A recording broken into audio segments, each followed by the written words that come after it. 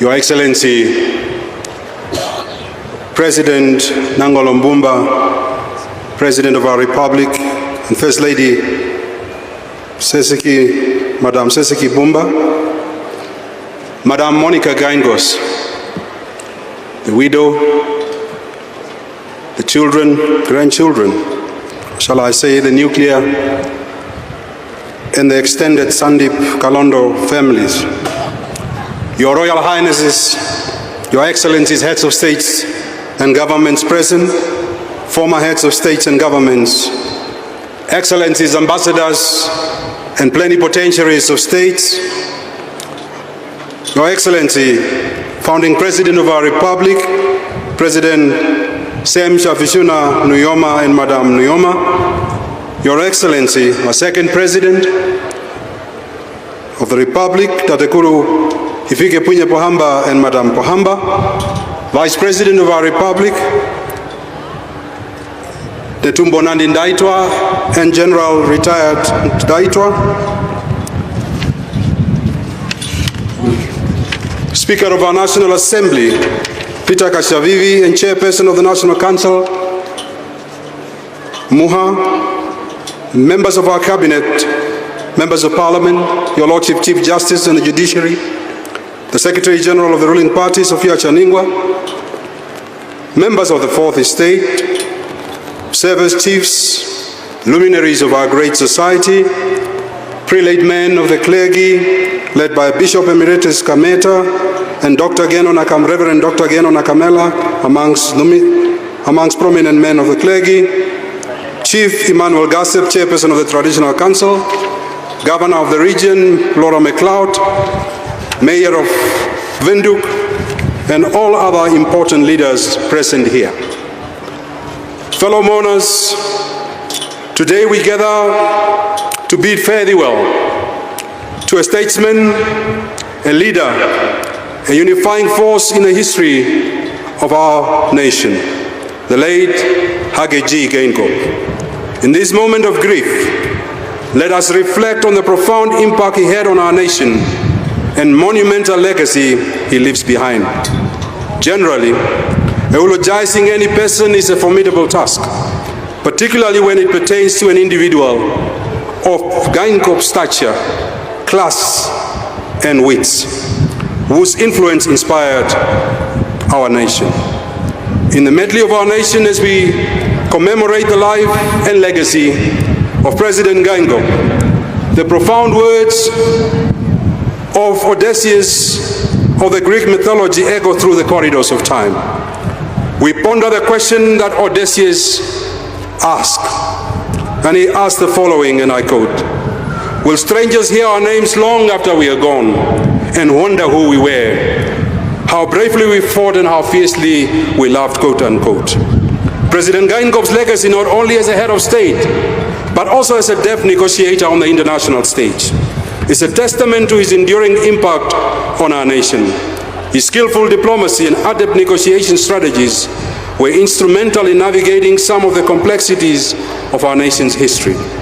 Just as Odysseus contemplated the echoes of his actions, we too must consider the indelible mark that Geingob leaves on the pages of Namibian history.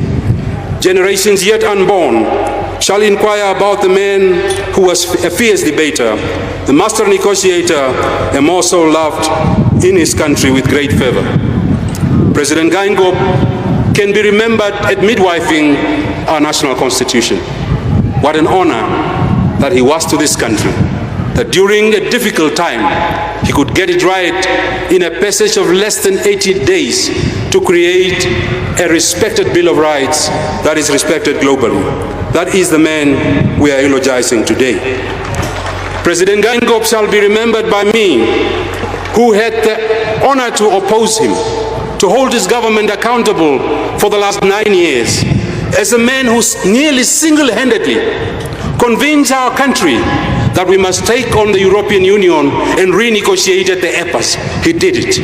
And that is the acumen of a man I am eulogizing today. In honoring Geingob's memory, let us recognize that his action, like those of Odysseus, transcend the immediate present. His name shall endure, and strangers in the future will hear of his deeds, pondering the character of the leader who was present for many historical events in our nation's young history. Fellow mourners, in this solemn moment as we bid farewell to my dear elder brother, I wish to extend my deepest condolences to you, my sister, Madam Monica Geingob. And I want to start my statement by saying this to you, my dear sister. The burden you carry during this period of profound loss is undoubtedly immense. And it is with sincere sympathy and empathy that I acknowledge the strength and resilience you have exhibited as the pillar of your family. Navigating the intricate responsibility of being a matriarch of the Namibian house was not an easy feat. And your steadfastness during these challenging times has not gone unnoticed. The sacrifices you made and the strength you displayed for the sake of your children, your family, exemplify the depth of your character and the love that binds your household. As my wife and I reflect on your poise and resilience, we stand in awe of your grace under such trying times. I know your own husband would have said, Monica, are you a crybaby? You must not be a coward. So I don't want you to mourn by crying. I want you to celebrate your life partner. Madam Geingob, your role as a partner to the late President Geingob did not go unnoticed, and I extend my utmost respect for the love, care, and support you provided throughout your marriage.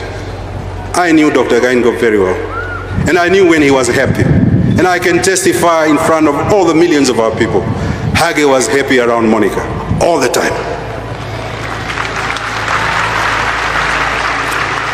As we collectively mourn his loss, I want you to know that my wife and I are profoundly proud of you. Your resilience, dignity, and unwavering support have been a source of inspiration to many during this challenging time. I say this to you.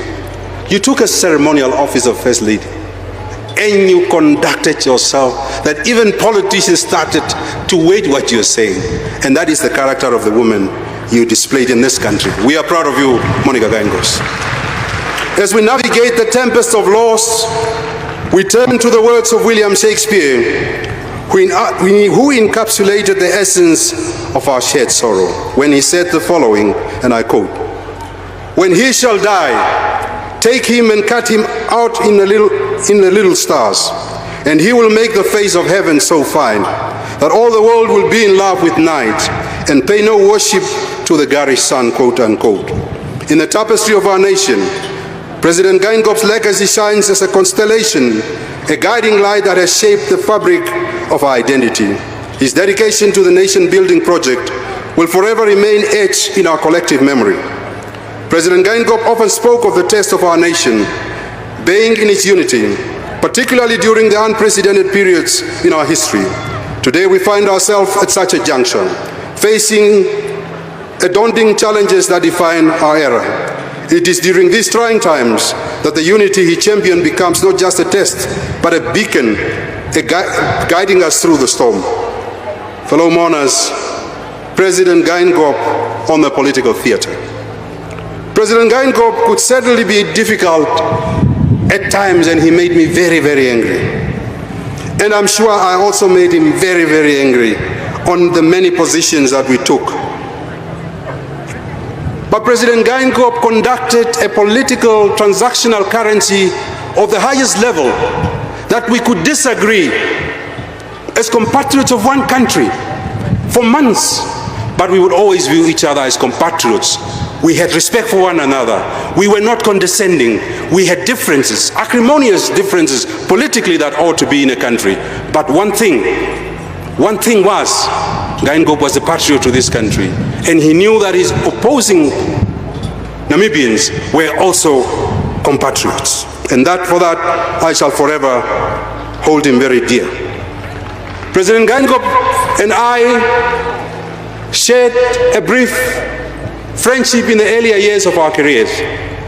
I was a young man, went to Parliament at the age of 26. He was the chief whip of his party, I was the chief whip of my party. And this is where the camaraderie started. I don't want to waste time, but I want to bring this small moments in our lives that I will forever cherish as an elder brother.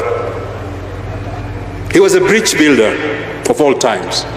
When it was not a common thing in this country for opposing leaders to become personal friends, Hage Geingob made friends with the opposition.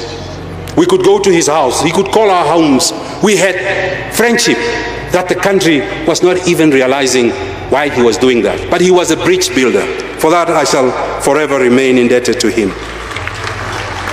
One day, we took a flight, myself and him. He was the chairman of the economics committee, and he made that committee so powerful. And he wanted the best a la creme of parliamentarians to be part of that committee. Long story short, we landed, took a very light aircraft, was seated next to me. We went to Kunene South in the conservancy areas. Dr. Topi Aupindi reminded me of this story. He was the managing director of one company called Wilderness Safari or something. So they took us on a ride to see the fauna and flora of the area and to see the animals.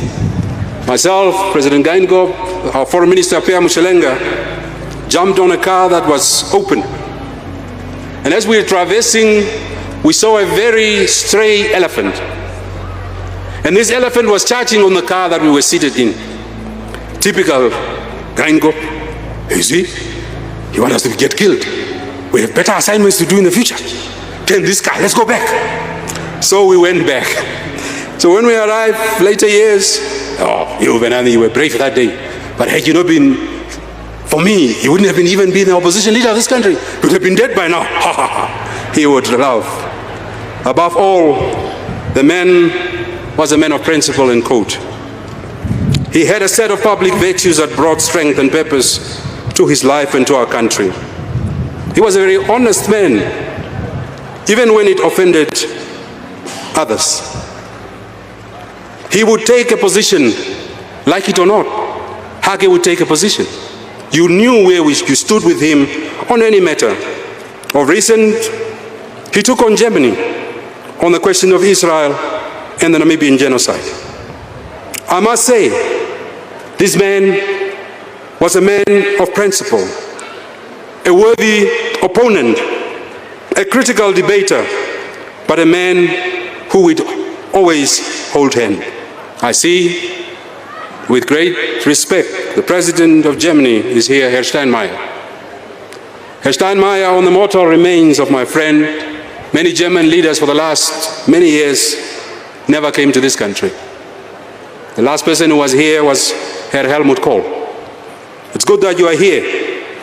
But on the mortal remains of this man and on the work that was started by our second president, President Pohamba, our people are expecting that the Namibian-German case of genocide to be settled. We plead to you when you go back that on the negotiating table, create a respectable deal on behalf of our people, create an honorable deal so that we close this chapter and move on going forward. Namibia is the better for his presence amongst us. The world is smaller for his departure, and we will remember him as he was, unwavering and towering. We will remember his husky voice, his jovial smile and laughter. As friends, when the political temperatures went high, my dear sister Monica would toss us one side at state events. The two of us had a weakness not to look like our problems. So Monica would ask, so Hage and McHenry, who is better dressed today? She would be on the floor because Hage would start saying, obviously Hage, how can this young man dress better than me? That is the man who was Hage, always jovial and making jokes when it came to easy time. We will remember his composure. We will remember that he brought a sense of calm to an office ever so serious. I recall during the COVID-19 pandemic, if I have to write about Hage Geingob, that was his best years of being a leader of this country. Hage was conducting these family meetings, alcohol prohibited. Alcohol prohibited. Hage would share often on WhatsApps, on the conditions of the COVID-19, but how he demonstrated leadership during that difficult time, it was something to be emulated. Of course, he was not a perfect man. Hage never knew how to console someone. Oh my goodness. During COVID-19, I was in ICU. My sister dies, and just as I leave ICU, Hage calls. Yeah, my young brother, you must know people die. I'm like saying Big G. I used to call him Big G. How do you start? Like, well, I know what has happened to you, but people do die. You must just be strong. Continue. That is Hage. That is the man we are honoring today. Shall I say, death, have thee no shame. Death, have thee no shame. We have been robbed of one of our brightest minds, not just our generation, but also in our history. We have been gripped by loss that affects every household in this great republic. This is not just the death of a public figure. It feels personal. Hage's death is felt everywhere in our country. The elders, the young, everyone, even people from various political parties, everybody is saying our leader has gone. That is the man that he was. I've always respected his views on the free media, and that he allowed the media to have a full day with him. He would be questioned on anything that he does, right or wrong, personal or no personal. Hage would be on the front lines, and that's how he treated the media. I'm sure the media will miss him dearly. I will miss him dearly because our politics was very loud. Hage would disagree with us very loudly. He would always watch parliamentary debates every day. And if Venaani is scoring the goals, he would call certain people, I don't want to name their names. And when they come back, you see that they're hitting. When they're hitting back, I know it's the instruction comes from State House. At this juncture, we must envision a future guided by the principles of unity, service, and unwavering commitment to our nation. The challenges we face demand decisive leadership and steadfast dedication to our defining values. Inspired by Geingob's legacy, current and future generations must walk the journey of serving the people. In commemorating him, we salute the work he has done for our country selflessly.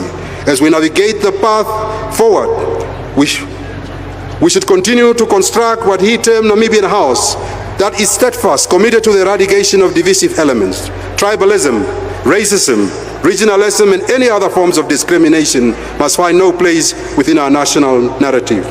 Together as a united country, we must seek to mitigate the challenges that lies ahead, fortified by the values that President Geingob's leadership defined. Furthermore, our commitment to high transactional currency has saved our politics. We are one country that has done very well in terms of our democratic credentials.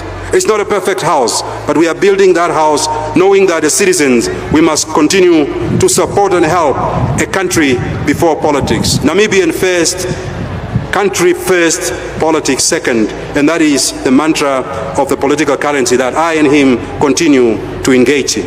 We must seize this moment to reaffirm our collective commitment, combating the persistent challenges of underdevelopment, unemployment, and inequality, and to identify our efforts in laying the foundations for a Namibia that epitomizes goodness and justice. In bidding farewell to President Geingob, let us draw solace to his favorite word in the Bible, Psalm 34, verse 18. The Lord is near to the brokenhearted and saves the crushed in spirit. May these verses offer solace and assurance as we navigate the path ahead in honoring President Geingob.